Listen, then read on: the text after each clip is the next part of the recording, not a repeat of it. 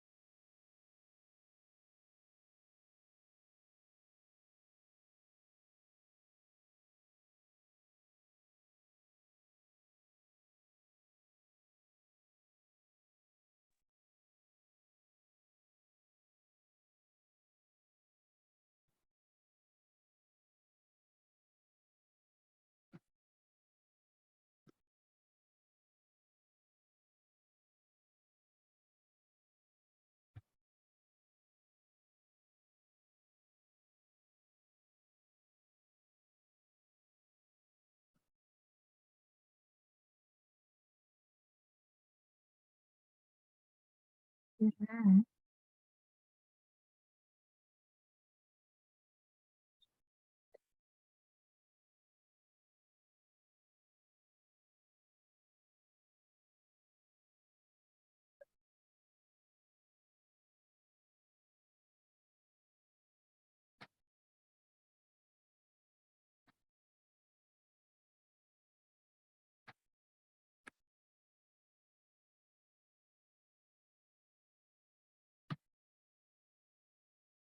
Hello, welcome. Okay. Okay. Welcome, everyone. I hope that you see me and hear me okay. Dave, am I coming in loud and clear? You're muted. Yeah, you're coming in fine. Hi, Amanda. Welcome, welcome. And how does the screen look? I'm trying to do something where I can see my notes and present as well. Do you see a screen, the monthly garden plannings in October? I see a screen, but I also see My your notes? 57 slides below that. Oh, you do see the note, do see the notes there. Okay, let me see how I can change that. You see the different slides below that. Welcome, everybody. Thank you for coming on tonight I'm gonna try to stop share and try that again. So we see Aruna. Hi, Aruna, listening. And Liz or Duncan. Hi, Duncan. And Amanda. Welcome. Hello. So what are you guys growing this time of year?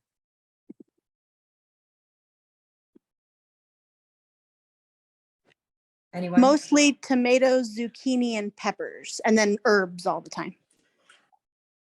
And they're still growing in your garden. Amanda, Yep. you're in Utah, right? Yes. Yeah, we're still getting into the 80s in the afternoons, so it's starting to get colder, but not quite enough to kill things off yet. Uh-huh. Soon. Oh, wow. Okay. And then Dave, I will let you. Yeah. So what happens is you get a sudden drop, right? And then you're done and you're pulling your tomatoes. I wish that I had the temperatures of Utah in front of me, but we'll just have to see how it goes. So I will go ahead and start without my script hovering here in the fast. So what to expect? I wanted to start with introductions this time around with whoever's here. And also show you some of the harvests that we're seeing. Thank you, Amanda, for the feedback. So seeing all around the US from our GIY membership, and what plants, when ask ourselves, what plants can we grow right now? What plants can we still keep on growing? And what special considerations do we have if we wanted to grow them under hoops, or if our climate is a specific climate? is a warmer climate like Florida, Utah, Arizona. Yeah, so now, and then we're going to talk about your plant list. So if you're ambitious, you can do more than whatever I tell you to, but I have a minimum 4 things that you're going to grow this month or do something with this month. And then talk about your first frost, edit that plant list, given all that you've learned from this webinar, and talk about some other garden tasks you can do to improve your garden efforts this October. So Amanda, you're going from Utah. Duncan or Liz, Duncan is in Maryland, and Aruna is in Virginia. And who else is here that I haven't called out? Oh, Dr. Ann is in Leesburg. Sue, where are you from? And yeah, feel free to share it in the chat. So a little bit about us for those of you who are new. What got us into gardening is mainly how we started growing our own food because our kids had severe allergies and we didn't know what was going on.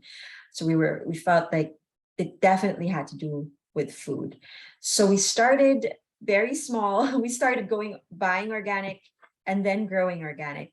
And in the midst of this, we really felt also compelled to do this because we wanted to steward this earth very mindfully, and we didn't want to be a part of that waste cycle, that waste production cycle, and try to compost as much as we could. And we were doing that so naturally, seeing the seasons, seeing how much we really want to make this earth flourish, even in deserts like Arizona. That is the second reason. And the third is we really find a lot of peace and joy and tranquility, and also connection to God in the garden. So that is our short story, but a little bit of I wanted to celebrate this because I have some GIY garden grow it yourself program members here, and I wanted to celebrate some of the pictures that we were receiving and that were in the harvest celebration we had in August. And this is Vic in Virginia. Next, So I'm gonna I just wanted to double check that you're recording. Are you recording? Yes, I am recording. Thank you. Thank you so much. Let me double check that I am. Yep, I am recording. Thank you. This is Vic's garden in Virginia, where she harvested figs, microgreens, kale, raspberries, and calendula, that herbal medicinals such as calendula as well. This is Marie's Illinois garden, and this was her first non-aeroponic, hydroponic system garden. And she wanted to get everything right. And she did for the most part, and still, documenting those struggles like cabbage moths that we are struggling with as well. And she had her first lemon balm tea this year from her garden, collards, kale, peas, and lots of leafy greens. This is a very blurry picture of what we took from one of our Zoom calls with Lynette in Massachusetts, who grew heads of cabbages and many more things. She's a very low-key gardener. She doesn't think much of this, but this is basically what she does every year. She just grows more and more. Vivian in Georgia grew tomatoes, beans, and a lot of squashes. And Andrea, she's been with us in the program for 5 years, and this is her first time that her garden really blossomed. This is the early stages of a tomato and pea patch, black-eyed pea patch with marigolds. So who is still harvesting here among the group or growing something out? I know, Amanda, you're still harvesting a lot of peppers and tomatoes. What are you growing? Please reply in the chat with your state if you are, because we want to celebrate you, and that's how I want to start this call. Oh, California, wonderful, welcome. So yours is one of those special cases. When I introduced what we would talk about, edge cases in the States of different climates. So I wonder what you're growing right now. This is Wisconsin. Kelly, if we were more thoughtful about actually quantifying our harvest as a membership, I think Kelly would win, because during the harvest party, she basically said that she didn't even need to go to the farmer's market because everything was coming from her garden. This is a first year garden, by the way, which is really rare. We're having trouble with the first year of us in a new place. And yet she really found a real sweet spot growing in Wisconsin, and cucumbers, squashes, you name it. She grew everything that their family needed. And we even had Andrea, another Andrea member who was in Hungary, grow so much from a Budapest balcony garden. She grew all of this and more, and radishes and kale and a melon that was a volunteer here, so much. And she was so grateful and happy amidst a really busy life because she's working full time. And finally, as I look in the chat for your answers to celebrate your wins, I want also to know what your biggest struggle in the garden is right now so that we can try to address it in the midst of this webinar. Duncan, I just dug up one of our gardens. Now we are preparing it for fall planting. Oh, wonderful. So you are prepped and ready to go, Duncan. What is your biggest struggle in the garden right now? So keep the answers coming, but I'm going to keep on rolling here just to be mindful of time. The next step, what plants can we grow? So we'd like for you to list your plants and your location, keeping in mind, list the plants that you want to grow. Don't worry about whether you can grow them or not. And then put your state in the chat or on a paper. And we'll find out through the course of this webinar whether you can or cannot grow any of those questionable plants.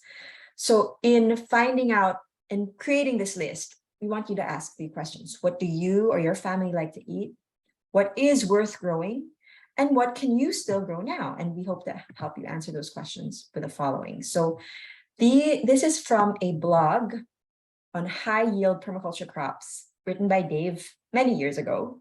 So the prices, that monetary value column here may not be up to date, but it'll give you a general trend as to what is worth growing in, money worth growing. Some things are worth growing because you really like the taste of this specific crop, or this particular pepper that's only grown from your country. So these kinds of things are different yields, right? But this is like looking just at the monetary yield, which ones among here stand out as worth growing? Tomatoes tipping over, not sure to when to pull things out. Sugar snap peas. You donated your corn to squirrels. Oh, I'm so sorry to hear that, Sue. Winter greens, roots, garlic, and leek. That is so true, Duncan. So you can see from that chart that the prices may be different, but they're still like higher than the most for garlic. And yet garlic, if you look at easy to grow, is one of those easiest things to grow because you just plop a little clove into the ground and then you get a whole head if your soil is good and fertile. And the same thing for kale, right? What did I put there? Brassicas. Kale, yeah. Kale, high monetary value, super expensive, but super easy to grow. Swiss chard, fancy. Only certain restaurants have Swiss chard. You can't really get Swiss chard in the grocery, actually. Not all groceries carry Swiss chard. And yet, medium, I'd say it's easy to grow at this point in time. Maybe that's just me. It was super easy, yes, and super easy, super profitable. Now, in your planting calendar, you will find these sheets that will be helpful to you to be a guide as to what is cold weather hardy, warm weather hardy, if that's something that's not familiar to you. Cold weather hardy crops are plants that can survive a freeze. And I wanted to key on this because we're going to talk about first frost in a little bit. What does frost mean? When they say, what is your first frost? What exactly do we mean? So frost is defined, light frost is defined as the temperature when your temperatures dip to 28 degrees Fahrenheit or negative 2.2 degrees Celsius. That is a light frost. So when they calculate what a first frost is, what they're actually doing is getting, when is it 30% chance of this temperature occurring in your climate? And so they calculate that, they predict it, and that's what the dates that you have when we talk about first frost dates come from. So if we look at Tacoma Park, Maryland, you can Google your weather averages by typing in temperature and your zip code, and then it'll show you like a little list. That's the overview. Then if you click on graphs, you'll see this nice visual graph, and just visualizing how your temperature dips or does not. If you're in California, it's not as steep of a curve as this one, will help you give those, help you figure out whether or not you have a freeze. So if we look at Tacoma Park, Maryland, we do have a freeze November, December, because the temperatures are likely to be around 28 degrees, 30 degrees at that point. In fact, this zip code has a first frost date of October 29, which is right at the end of October, which makes sense, right? And Houston, Texas. So once again, first frost means a 30% chance that it will become 28 to 50 degrees Fahrenheit. In Houston, Texas, what do you think? Do we have temperatures dipping down to 28 degrees Fahrenheit?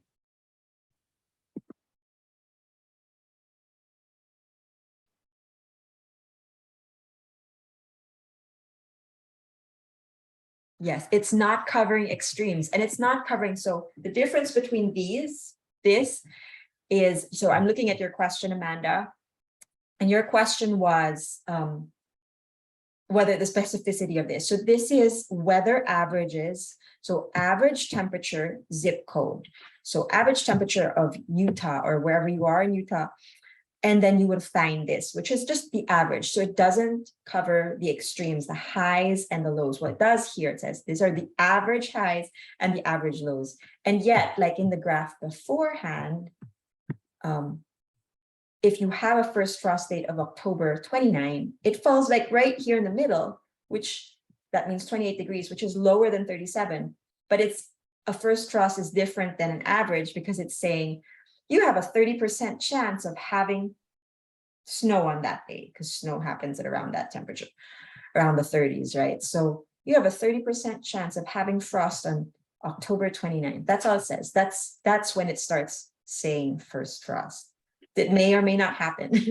It's just a prediction date as well. So in Houston, Texas, which still has a first frost date of December 8th, it's not as likely that they get those, consistently 28 degrees or consistently frosty days, 30. And their graph doesn't have a very steep curve. How about in Holden, Missouri? So here we have a freeze. We see the temperatures dipping to 33, 22. So what does this tell us about our plants and what we can grow? The lists we showed earlier only show cool weather crops. What about warm weather crops that are still growing? What if I live in Texas, Phoenix, Arizona, Florida, or California, or Utah, where it's still 80 degrees? What can I still grow at that time? So right now, we know that we can grow tomatoes in Florida, California, year round. This is our main source of tomatoes in the US, because the tomatoes can live up to 2 to 5 years in those particular climates. Is it recommended? It's probably with a little more effort in the winter to grow those tomatoes, keep on growing them. Depending on where you live in California too, like if you're in a cooler place, then of course, then you'd have to do more than then you might not want to force it. You might just want to go with the regular green crops that are the brassica crops that are more akin to the colder months. And in Phoenix, Arizona, for instance, their growing season for tomatoes is February. And I know one of our garden members grows her tomatoes. That's when the peak of her tomatoes happens, is in January and February. And in Texas, I would say, depending on where you live in Texas, you would also probably experiment. Dave, if you want to speak to that, in Utah as well, if you want to run it. And what would you, where in, I always forget, if you would like to give us your zip code, Dave can run it on Sage, or can probably give you more specific dates as to what you can still grow, and if you have a list of plants, and how long your tomatoes will be for you. Dave, did you want to weigh in on this for Amanda? Tomatoes for Utah. Yeah. Zip code. Okay, Just give me a so minute, I'll run. It's in the chat, but it's 84075. Yeah, let me run it and I'll tell you. Thank you. Yeah, and in Utah it's crazy because like up here in the north we get weird extremes on either end, but then like down in southern Utah where my dad is, it's more like Arizona or Vegas where it's just hot where it's just hot all the time. all the time. Yeah. Wow. Yeah, So we that's get that's the weird extremes. thing. Yes, that's the weird thing. That's why the zip code really Makes it dials it in. Yeah. All right. Well, we talk about this more comprehensively inside the Choosing Your Plants module, which those of you who are GIY members can revisit, where we talk about time, money, harvest potential, and crops that how many crops you need to grow for what number of family. So take a moment now.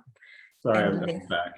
Okay, go ahead, Dave. Yeah, for that zip code 84075, you've kind of reached the end of your window for tomatoes.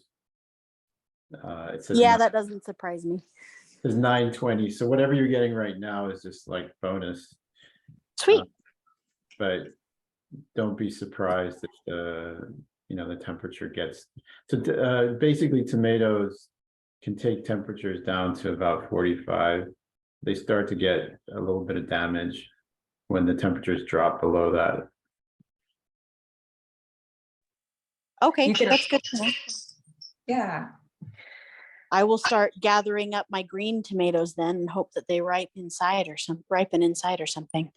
But that's good to know because then I don't keep them there for too long and I can pull them for other plants.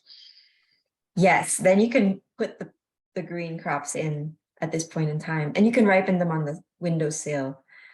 So take a moment now. I'll give a 1-minute timer. List 4 crops you wish to grow and put a question mark on those crops that you're not quite sure of and you'd like to consult. So start now.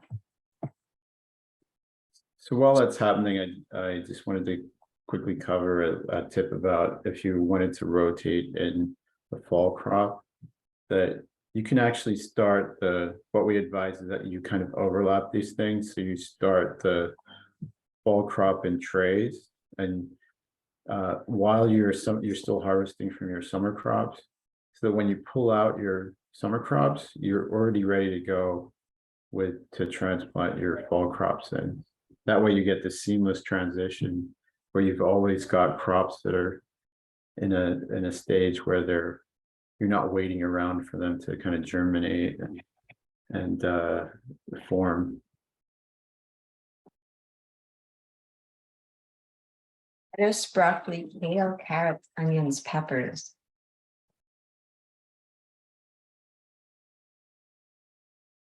This is good. 7 seconds.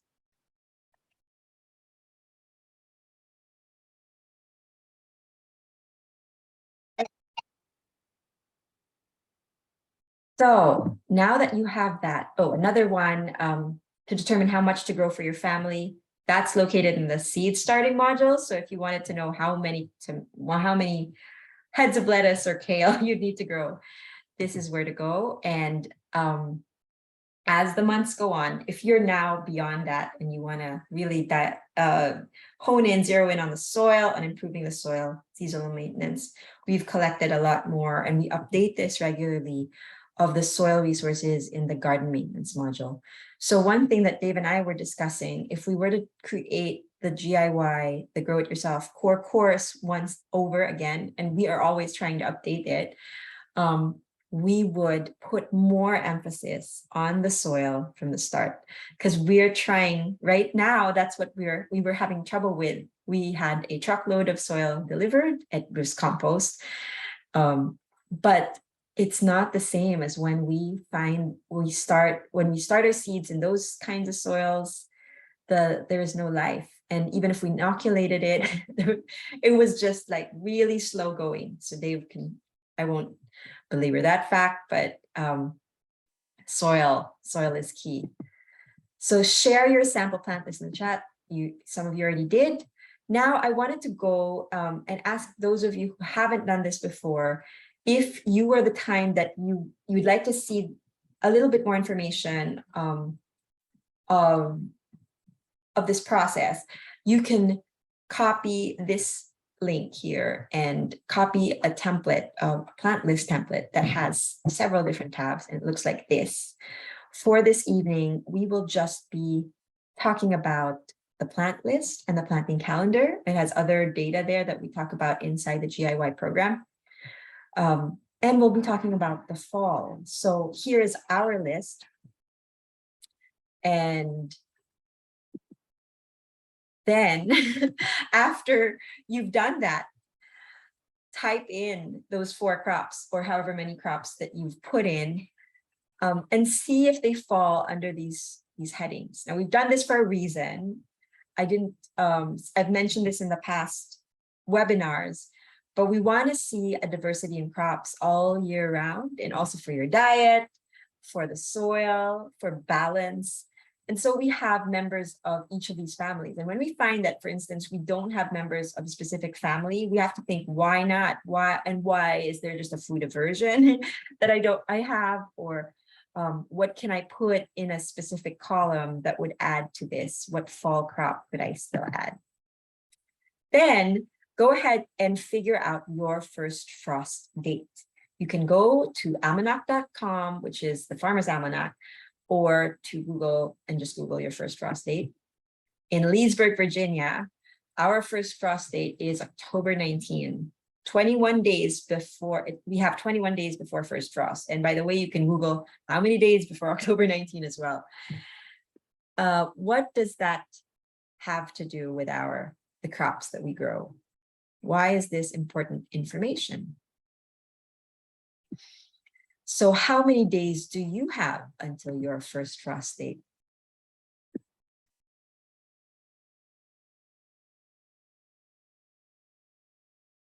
So very good, Susanna. You don't have a frost date like Miami, and in California, depending on where you live, and you feel free to pop in the zip code as well.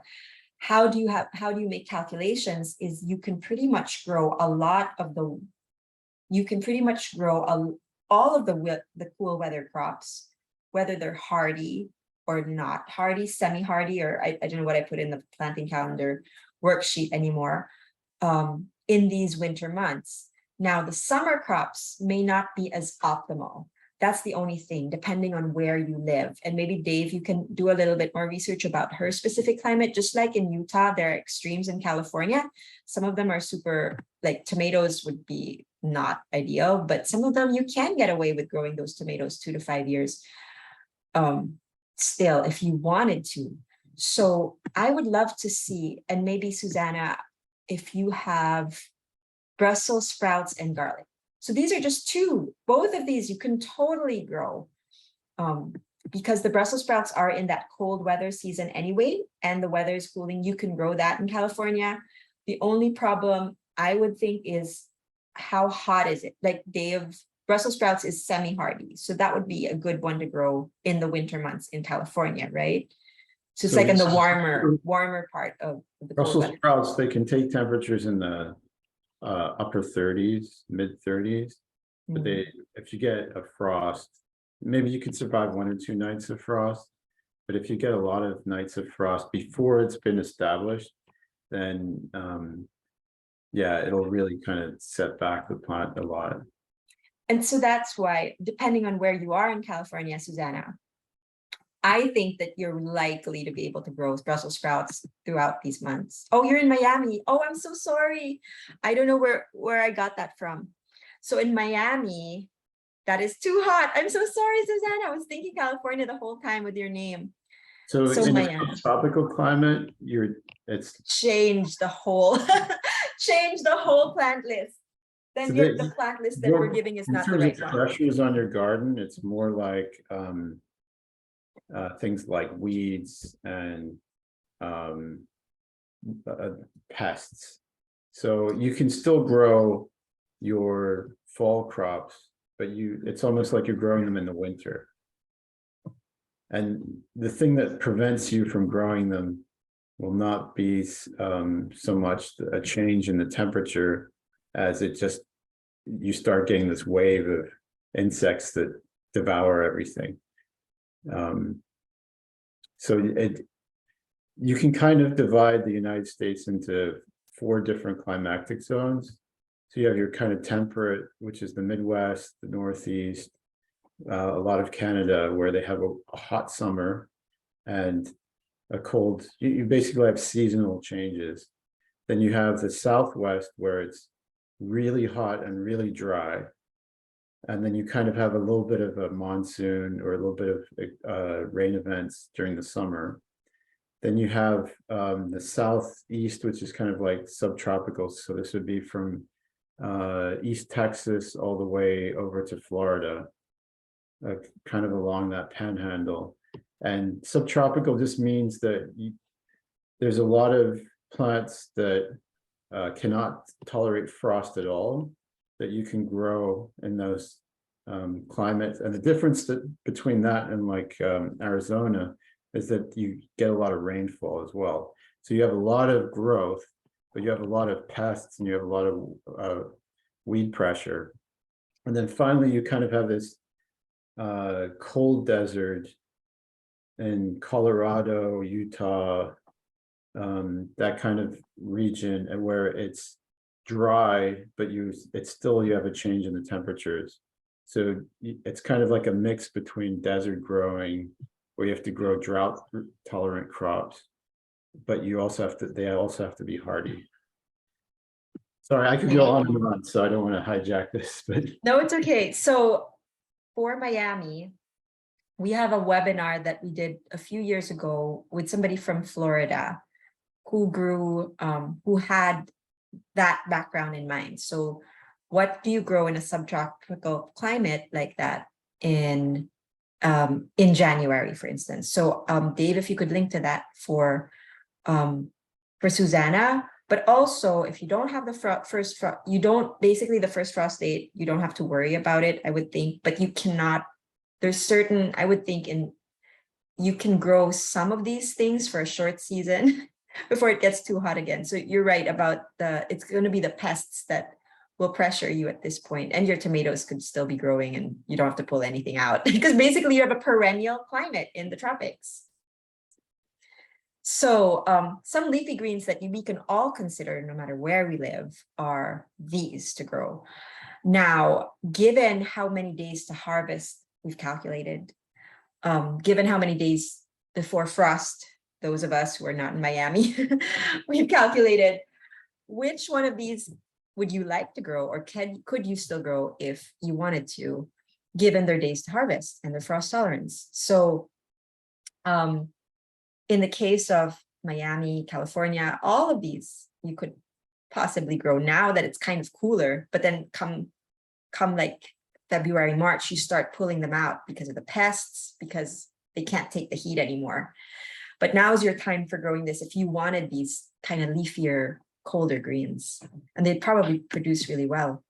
So in our case, because of our 21 days of harvest, 21 days to first frost in our climate in zone 7 in Leesburg, we can no longer grow broccoli if we didn't have it already in the ground, Brussels sprouts, and parsley, because their days to harvest are so much, like they're over 60 and 50. So I'm going to if I were to grow parsley, which I didn't start, or Dave started it, we would have to start it as an indoor herb. And I plan to grow, but I didn't remove the rest of them that were 50, 60 and below, because I plan to grow the rest of them under hoops and have them use the 21 days to grow before frost to establish a good root system. And that's why in 2 months, we are going to have an online and in-person workshop on hoop houses, on creating hoop houses that would help warm the soil and keep these crops still growing, extend our harvest. In Miami, what you might want to do when the weather starts warming up is to cover your kale or cover those crops, the lettuces, that be not with a heavy cover, but cover them with a sheer cover to prevent the bugs and the white flies from laying eggs in them. That's our advice. At least that's what also our friends from the Florida have told us that they do. So, and there's always this case. This is another special case of biennial root crops. In previous webinars, we've talked about biennial root crops like parsnips, carrots, turnips, and alliums like garlic and onion. So biennial basically means 2 years. These plants have a life cycle of 2 years. They will flower or go to seed next year, and they have a number of days to harvest. So carrots and parsnips, 75 and 110. However, they are a special case. These root crops can, as long as you mulch well, they can pop up in the spring. Garlic, provided they have enough time to grow a good root system and the soil is fertile. So put that garlic in the ground, those onions. Now is the time for these root crops to grow well, especially if you have never done this before with garlic. This is quite a surprise in the spring when those things, and carrots in the snow, they will survive the snow. So back to our plant list template that we have shared with you, and we're going to talk about the planting calendar part of this. What other garden tasks are available to you now in October? I would say October is actually one of those busiest, sneakily busier months. It can be, because you have a lot of crops that you can direct sow. You can start growing indoors. So here we can harvest microgreens indoors. I would like to add, you can do herbs, you can do mushrooms indoors if you wanted to. And then you still are starting or sowing in trays, microgreens and lettuces. Dave, is there anything else that you would still start or sow in trays to transplant next month, or nothing anymore? So you can kind of push the envelope with there's some very fast growing hardy greens. Like there's varieties of spinach that can be ready from transplant to table in 30 days. And some of the winter radishes, like the daikons, can be ready to harvest in 40 days. Yeah. One of the keys is, even though, like for our climate, you have October 19th as a frost date, that's kind of an estimate. So you don't know whether you might get a whole nother month of nice temperatures after that, or you get a snap freeze that kills everything early, like October 10th. So for cases like that, you can take some strategies to kind of protect your crops at night. You can lay a light blanket over them. We're going to be covering how to create low tunnels so that you can raise the temperatures by 5 to 10 degrees Fahrenheit and keep them warm throughout the winter. So there are things that you can do. The real damage is frost.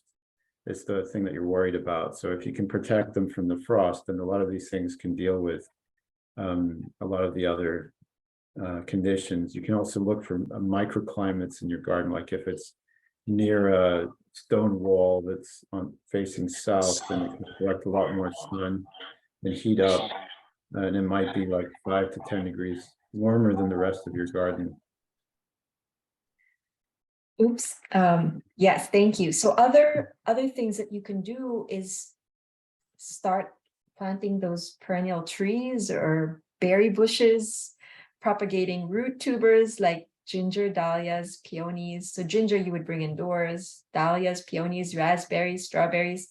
So these are propagation techniques, which I'm not going to cover here, but if you were thinking of growing more perennials, fall is the time to do that. If you were thinking of putting in a new tree, So I fall. wouldn't put in fruit trees, like large trees. But if you want to put in what we call herbaceous layer plants, so these are bushes and smaller trees, then the fall is a great time because you still have enough time for them to establish their root systems before the winter. And as long as they're hardy to your climate, then you might need to just protect them a little bit over the winter, but it gives them a head start for the spring. So things like blackberries or raspberries, you'll get a head start on the growth for the next year. Yeah, there is a benefit to this edge of a season that is fall, that it's not too cold that things don't stop growing, but it's cold enough that it grows slowly and carefully. And so you can take that even wherever you live in California or in Miami, even in those cases, and think, well, what can I use this cooler climate for, in terms of propagation like these. I didn't put anything grow aquaponically because we're not doing that this year. And then there are other things more than that is, we transplant. So we've been transplanting this past month. We're going to transplant a few more things. Dave, do you want to say, what else are you transplanting? You transplanted fava beans. Lots of brassicas, so that it's amazing the variety of different brassicas. We've got kohlrabi, cauliflower, cabbage, broccoli, winter radish, Chinese cabbage, tatsoi. Trying to think what else in the brassicas. There's just we've even got a tree collards. So these are, especially if you're in California, this is kind of your specific to you guys is tree collards. So normally a kale or a collard will grow to about maybe 2 feet, and then it'll start to flower and then it'll die. But these are perennial. This is like the original genetic rootstock of brassicas from Northern Africa, and they'll continue to grow.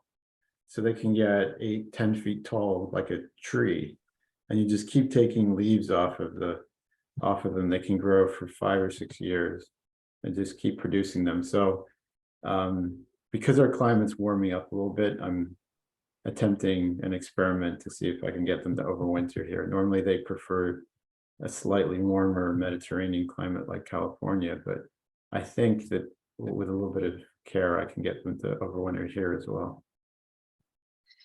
So we're still harvesting what we're harvesting, and then a lot of maintenance as well. I put cover crops, remove old fencing for us. We're probably going to amend the soil, and in a little bit, I'll talk about a compost tea workshop that we're having next week for GIY members. So now is the time that we're feeding the soil.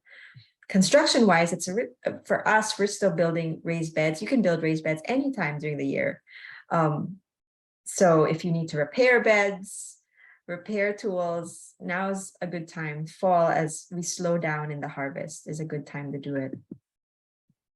Here's what you have in your planting calendar. If you were still sowing things, such as those of you who are in the warmer climates, sow flowers. You can sow flowers, cereal grains, herbs, and above ground crops. So this is according to Planting by the Moon.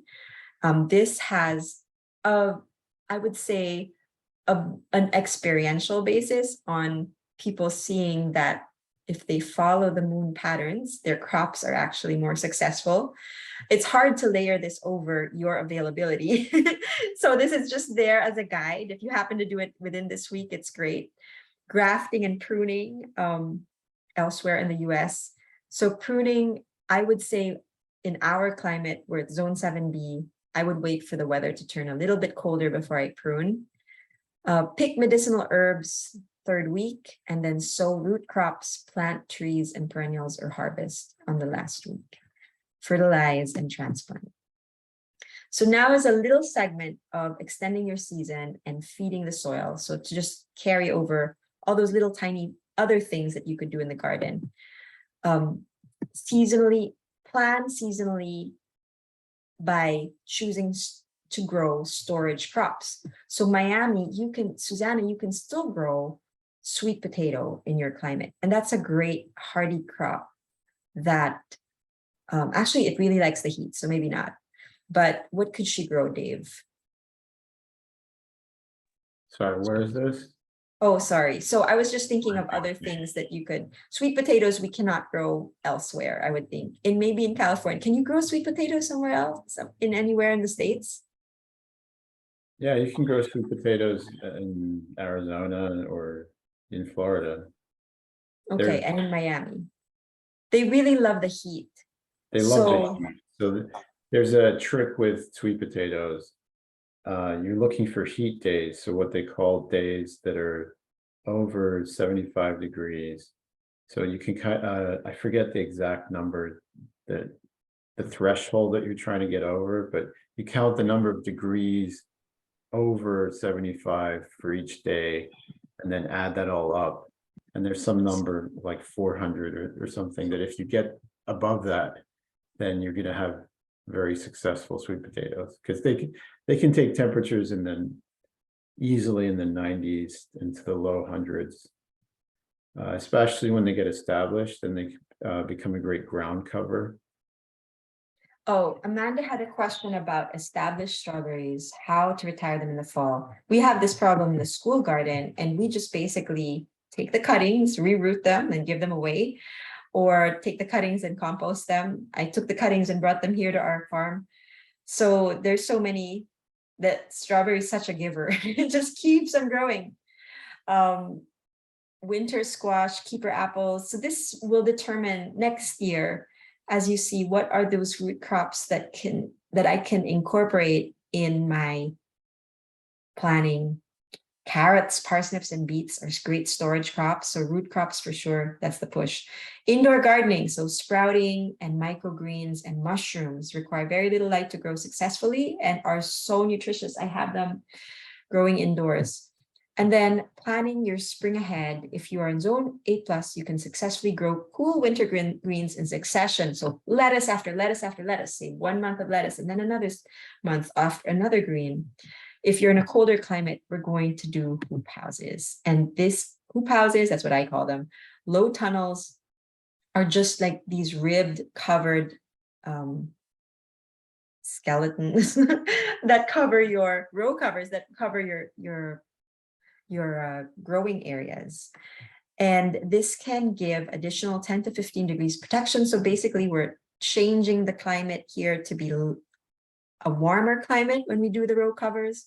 And when we mulch, we pretty much do the same. We raise the temperature, we warm the soil, and then we also feed the soil with the extra mulch. So we feed the soil with cover crops. So cover crops is a whole other lesson. I'll probably cover that maybe next month. But Compost Tea is the workshop that's coming up for GIY members. So don't forget, October 7th, it's going to be at 12 noon Eastern, 11 a.m. Central, 10 a.m. Mountain, and 9 a.m. Pacific. So we hope that the GIY members who hear this can join us for that one. We're not quite ready to open that up to the public, but the November one with hoop houses will be open. So our philosophy is that all the world's problems can be solved in a garden. Ecological gardening is a fundamental way to discover God, and growing holistically leads to true freedom and abundance. Learn more about our Grow It Yourself program if you're interested in digging deeper into these topics and being a part of a membership that's super productive, really, and inspiring. We learn so much from our members. And we also have a seed subscription if you just want to get seeds every month so that we wouldn't have to think about what you're supposed to be growing in your climate. We send them out to you every month. It looks kind of like this with instructions. And tell me before we close for the night, we have 10 more minutes and we'll open it up for any takeaways or questions. What is your main takeaway from this talk? I see lots of questions in the chat from Amanda and Susanna and Anne. Thanks. I have high raised, I will recovering still help, or is the soil, okay. So Dave, do you want, what are you noticing? So because water has such a high specific heat, if you surround your bed with water, then that will tend to freeze before the plants inside the bed. So you can use this in greenhouses as well, as they use it as a trap for it's like a thermal sink. So during the day, the sunlight comes into the greenhouse, it warms up that big tank of water, especially if it's like a black barrel or something. And then over the evening, then that gradually that big tank of water will yield up its heat to the rest of the greenhouse. So there's something small called a wall of water, and that's not, it's like a commercial product. It's not kind of flimsy, but you can kind of create the same kind of effect, I think, if you have tall raised beds. Yeah, some of our membership have used it. Like, I think Dr. Ann used it for a little bit, and Rachel Tanner in Delaware, I think she was told to use it, but may not have by somebody else. Let's see. Feverfew uses. There's kind of two dangers when you have frost. One is the temperatures, but also quite often people neglect the danger of the wind. So the wind can really have a chilling effect on the plants. That's why quite often it can be surprising. You'll get a snowfall and you'll think all these crops died. They're actually being insulated from the wind. So they, when the snow melts, then it's very surprising. You see they're all thriving, even though you think that they would have been killed by the frost. Yeah. Well, there you have it. That's about, oh, hello, Regina. See who else is here. Does anybody else have any questions? Brianna, Teresa, Amy, welcome, Andrea. If no one else has a question, I just wanted to clarify. So with the strawberries out, I have them out front as ground cover. I don't necessarily want to pluck them. I want them to come back next year, but my husband's keen on like cutting everything back for the fall. Like, Yeah. I don't know that we cut the strawberries. You just kind of leave them, right? Or Yeah, is there? you leave them, they're kind of like 3-year perennials. Okay. So if you cut them, like if you weed whack them down into the ground and there's nothing left, they would probably suffer a bit from that, especially because if you think about strawberries, they're really shallow rooted crops. The roots don't go down very far. So if you disturb that first layer of soil, then it's going to be harder for them to establish in the spring. What you can do is you can thin them out, because if they've spread a lot and then they've kind of taken over, then you can just pull out the individual plants and thin them. But if you still want them to be there, I would still leave a healthy number for next year. Awesome. Okay. Yeah, we're wanting them to grow. I spaced them out pretty far so that they could send out runners and eventually be ground covers. So yay. Thank you. Yay. Awesome, Amanda. Keep us updated on those strawberries. This year has been really fun. They just keep coming. I'm just looking through the chat and seeing if any other questions have come in. All right, so what is everybody going to do before we end for the night? What is one thing you promise to do? So I can save it in the chat and then I'll follow up with you guys. So hey Mamie, hi Meg. So tell us, oh, Teresa's iPhone raised hands. Do you have a question, Teresa?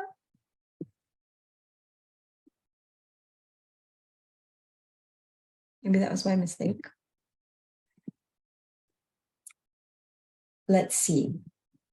What is your resolution from after attending this? Of all the garden tasks that you can plant black raspberries, harvest your tomatoes soon, and plan for what to plant in those fall spots. Wonderful. Amanda, it's good to be concrete, right? It's good to have these one goal things. Oh, there's so many. That's hard when there's so many. But if you just put one thing on there, sow seeds in trays, lettuce, kale, and anxiously await your hoop housing. Hoop house. That's November still. But next week we got compostee. No Brussels in Miami. Oh, well, what is one thing that you can grow, Susanna? Maybe the tree. The tree collards. Yeah, they're the same family. They're Brassica oleracea, as are all brassicas pretty much. But they will avocado trees. That's great. And pineapple. I don't know. When do the pineapples go? Strawberries. Trying There's garlic again. manga if you're still looking for greens, like No. dwarf moringa, because it can get pretty big. Yeah, you've got to, there's a different palette of plants that's definitely in your area that we can't grow. Moringa would be your perennial. We were jealous because you can grow mango. You can't grow mango here. Yeah, mango, Papaya. papaya. Oh my gosh, yes. Pawpaw. Yep. And pawpaw was originally a tropical fruit, so it'll probably grow well wherever there's shade, though. It doesn't like. With bananas, we get banana leaves here, but it's difficult to get fruit. So we can overwinter bananas. They'll die back to the ground, but then they'll grow back the next year. But in a subtropical climate, you can create something called a banana crop circle, where the leaves from the bananas fall into a pit in the middle, and you're constantly getting extra compost from that. There's a lot. It's like a brand new adventure in the subtropical. There's a lot of things to do because the environment's different than the temperate climate. Yeah, and depending on where you are, like kangkong, chijimisai, I do not know what that plant is. A phenomenally tasting, stunning new superfood with 4 times as much vitamins than carrots. Oh, it's an Asian green.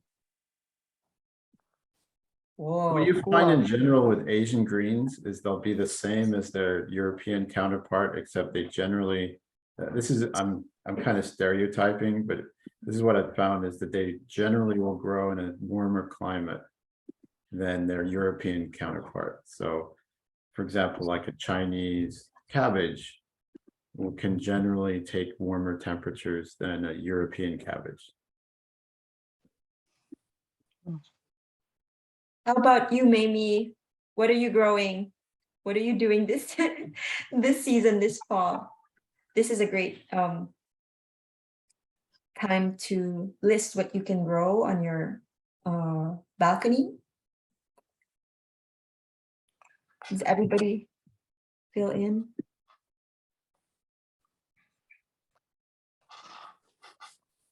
And for those of you who are quiet, Encinatia. Whoa, Encinatia. Okay, wonderful. It's been very prolific. This season that is ending. Oh, wonderful. Well, they can just replace it with another green. It can grow so much. Oh, echinacea. Did you mean echinacea? Yes, that is such a beautiful thing to grow, and such it's a medicinal herb too. So when it grows and develops its roots, I don't know how it will do. You'll have to have a pretty good planter, big one, because it grows pretty tall. It does like a bit of frost. So what'll happen is you'll have to kind of make it cold, and then it might come back. You are in, yeah, you're in the south. So it might come back next, if you start them, mine just germinated. So I have little tiny echinaceas. And so start them in trays, and then you can transplant them. So wonderful. I think this is a pretty good round of people who have some good concrete things to do in the garden. How about you, Dave? What are you doing? You're doing something every day. Dave. Yeah. Oh, well, we have an area that was already fenced off So we're putting in 10 long beds. They're 4 by 16 feet. So one of the things you can do, I forgot, is if you cannot grow anything else, you can put cover crops in your bed. These are things like winter wheat or oats. They're hardy kind of winter crops that they kind of get established now. They can grow during the winter. They keep the soil covered, and then they kind of prepare your soil in your bed for growing in the spring. So that's an easy one if you don't want to get too stressed out about, oh, what can I grow now before the frost? You can always put cover crops on it. Yes, so there's a garden cover crops mix that we recommend that we are using. It's from True Leaf Market, but it depends on your climate. So if you're in a drier climate like Utah, you do most of the wheat grass kind of things, the wheats, the barley. And then if you're in the rest of the places that are not so dry, you do more of the legumes, because the wheats break up the very hard soil. So there you have it. I don't know. I would say this is a great time because it's not buggy as much and it's not hot. It's very pleasant to be outside. So keep on growing those gardens, keep on planning them, and follow through with the plans. Hopefully this coming month, we hope to see you in the next month's garden planning session, which will be October 26th.